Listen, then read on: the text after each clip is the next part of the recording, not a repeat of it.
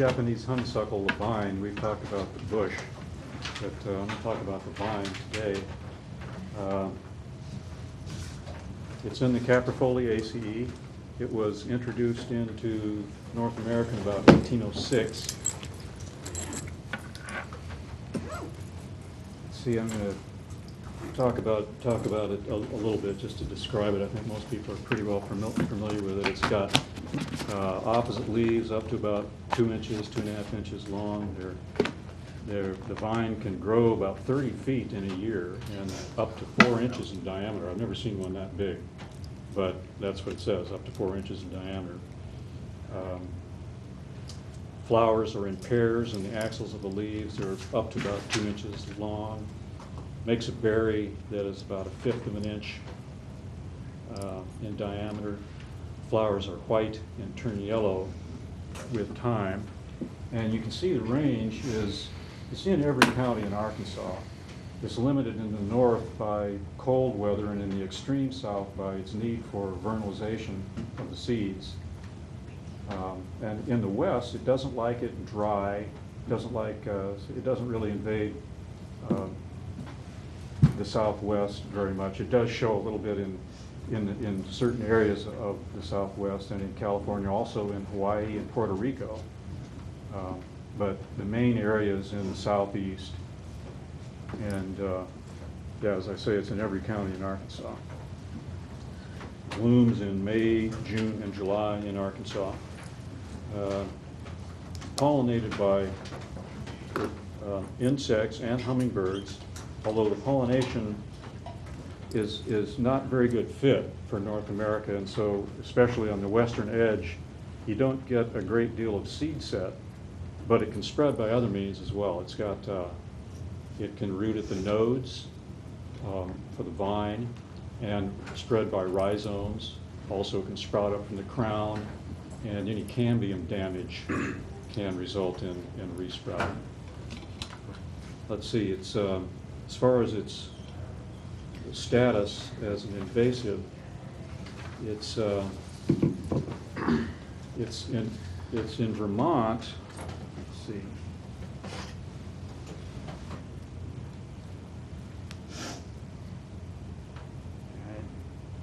In Vermont, it's considered an exotic species that can displace native plants in a widespread area. It's an exotic weed in Illinois and prohibited for sale there, a noxious weed in Texas and Virginia, and it's banned in New Hampshire.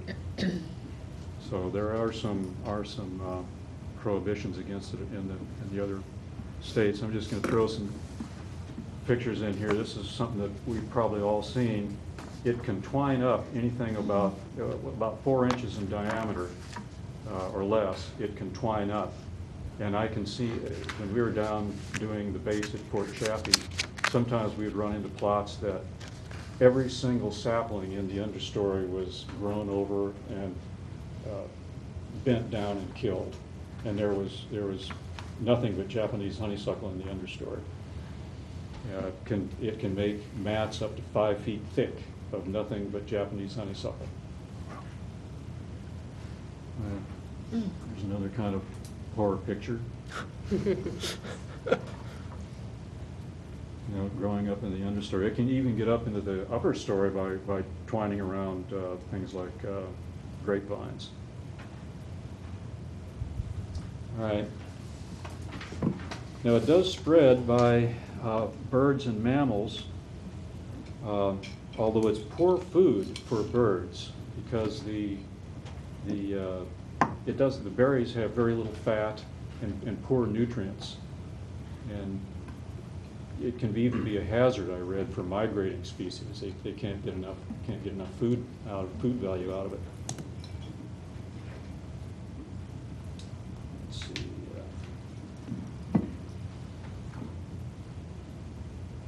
Yeah, so even though it doesn't like dense shade, it can get established in a forest. That's if once it does, it can hang out for a long time with just very little light until there's some disturbance in the forest structure, and then it can take off. but it's most prolific in these open areas where it has something to twine up, and like for old fields, yeah, forest edges. But it has a lot of habitats that it can withstand.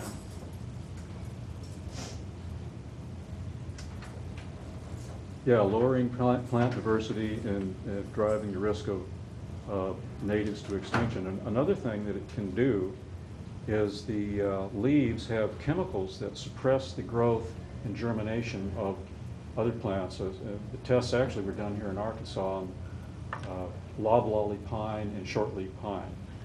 And it definitely inhibited their growth, and in fact it was saying that it can, in the South especially, where the silvicultural techniques involve a lot of thinning and of course even harvesting, if there's Japanese honeysuckle there, it can take over and permanently alter the succession of the forest.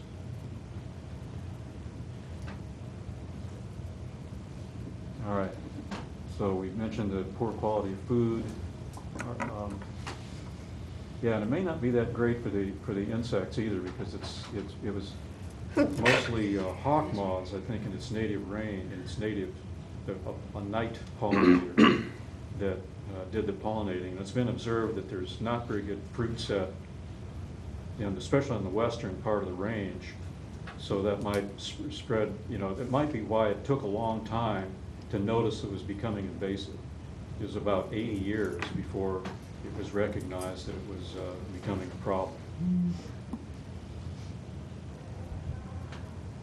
Okay, so if you want to control it, the main thing is keeping after it, because it's actually possible to do more harm than good if you're kind of hit and miss, because of like the damage to the cambium and the resprouting and that sort of thing. So you can get even more of it than if you're not persistent. So in a yard you can just pull it up, but for larger areas they like fire and herbicides. Generally seem like winter treatments when it's more evergreen, especially in the south, and when the other plants are dormant, is a good time to treat. And they mentioned a couple of chemicals, glyphosate and triclopyr. And you can use the stem applications also. So that's about it.